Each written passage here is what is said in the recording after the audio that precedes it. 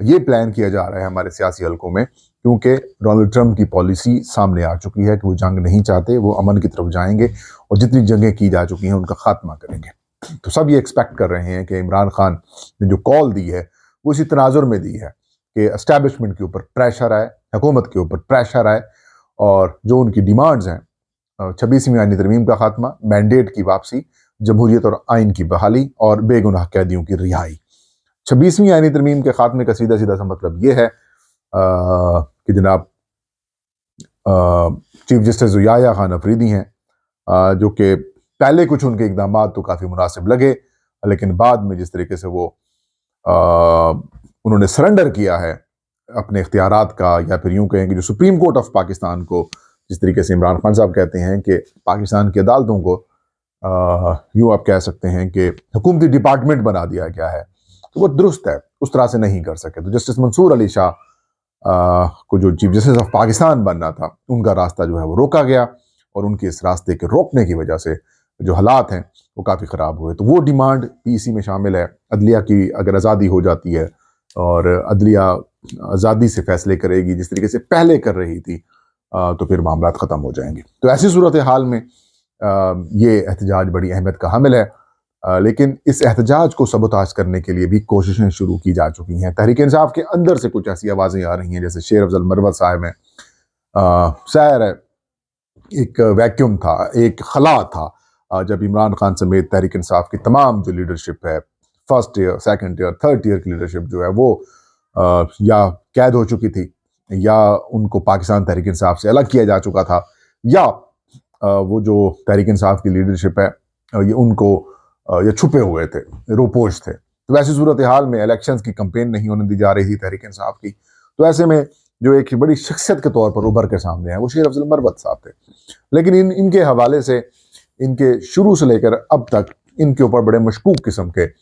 شکوک و شبہات ابھی تک بھی موجود ہیں، ان کے اوپر شک کیا جاتا ہے۔ لیکن حال ہی میں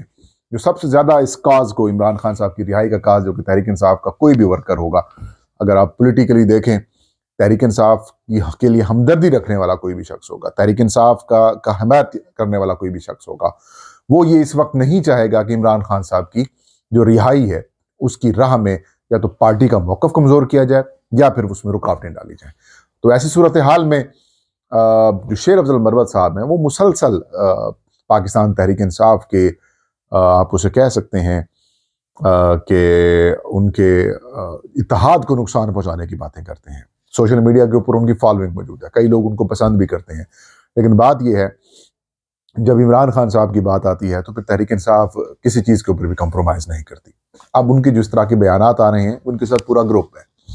شاندانہ گلزار ان کے ساتھ ہیں، علی امین خان گنڈا پور بھی مطلب یہ کہ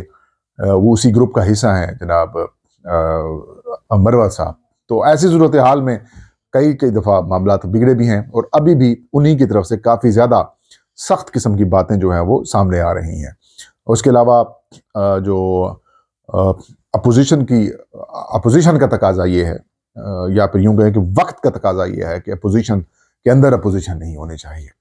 ایک تو پاکستان تحریک انصاف کے اندر دو حصے ہیں، دو دھڑے ہیں، بنائے جا رہے ہیں، اور دوسری جانب اپوزیشن ہی اپوزیشن کو ٹارگٹ کر رہی ہے۔ مثال کے طور پر عمران خان صاحب، اگر تحریک انصاف کے ورکر کے پوائنٹ آف ویو سے دیکھیں، آپ چیزوں کو دیکھیں، یا پھر عمران خان صاحب کے پوائنٹ آف ویو سے دیکھیں، چاہے پی ٹی آئی کا ایم این اے ہے یا پھر نہیں ہے، یا عام رہنما ہے، اگر خان صاحب پارٹی سربراہ ہیں آپ کے، وہ یہ کہتے ہیں، وہ لیڈر ہیں آپ کے، وہ یہ کہتے ہیں کہ مولانا فضل الرحمان کے ساتھ بات چیت کی جائے، اور بیک ڈور کے اوپر ان کے ساتھ بات چیت چل بھی رہی ہے۔ جب ایسی صورتحال پیدا ہو کہ خان صاحب، آپ کا لیڈر، یہ کہہ رہا ہے کہ مولانا فضل الرحمان کے ساتھ بات چیت کی جائے، اور اگر خان صاحب کی انسٹرکشنز کے اگینسٹ اگر کام خلاف شروع کر دیا جائے، انسٹرکشنز کے اگینسٹ برعکس کام شروع کر دیا جائے، تو پھر آپ کیا کہیں گے؟ یہی اطلاعات سامنے آ رہی ہیں۔ خان صاحب نے کہا مولانا فضل الرحمان کو آن بورڈ لیں، علی امین خان گنڈا پور ان کے گروپ نے کہا نہیں کریں گے۔ پھر شیخ وقاص اکرم صاحب کی جس طریقے سے گفتگو آپ نے سنی مولانا فضل الرحمان کے اوپر تنقید، پھر علی امین خان گنڈا پور کے خلاف جو الیکشن لڑنے والے تحریک انصاف جے یو آئی کے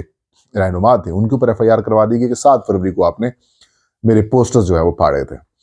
اب پورے پاکستان میں تحریک انصاف کے پوسٹرز لگانے نہیں دیے جا رہے تھے، تو کیا وہاں پر بھی سارے جے یو آئی کے لوگ تھے؟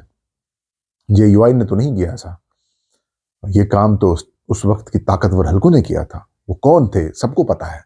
وہ نگران سیٹ اپ کے اندر پولیس نہیں کرنے دے رہی تھی, باقی ادارے نہیں کرنے دے رہے تھے. مطلب یہ ہے کہ عجیب و غریب قسم کی بھونڈی حرکتیں کریں تاکہ تحریک انصاف اور جمعیت علماء اسلام کے درمیان اتحاد نہ پیدا ہو سکے اور اپوزیشن ایک پیج کے اوپر نہ آ سکے,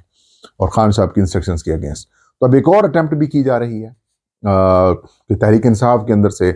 فارورڈ بلاک بنایا جائے, ایک علیحدہ گروپ بنایا جائے, اور بتایا یہ جا رہا ہے کہ 15 سے 20 کے قریب ایم این ایز جو ہیں وہ لوپ میں آ چکے ہیں.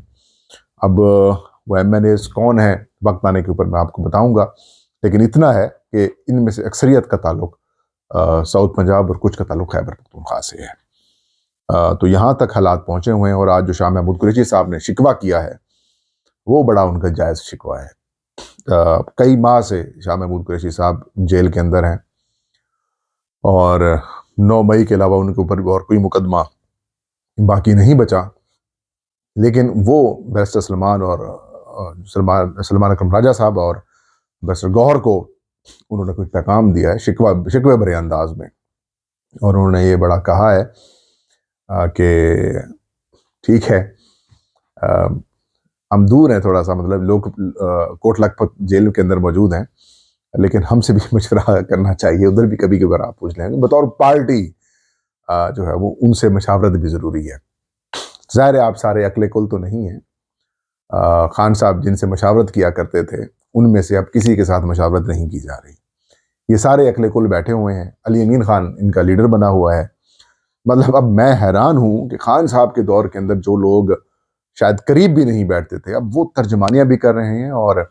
وہ لوگ جو ہیں آپ اسے کہہ سکتے ہیں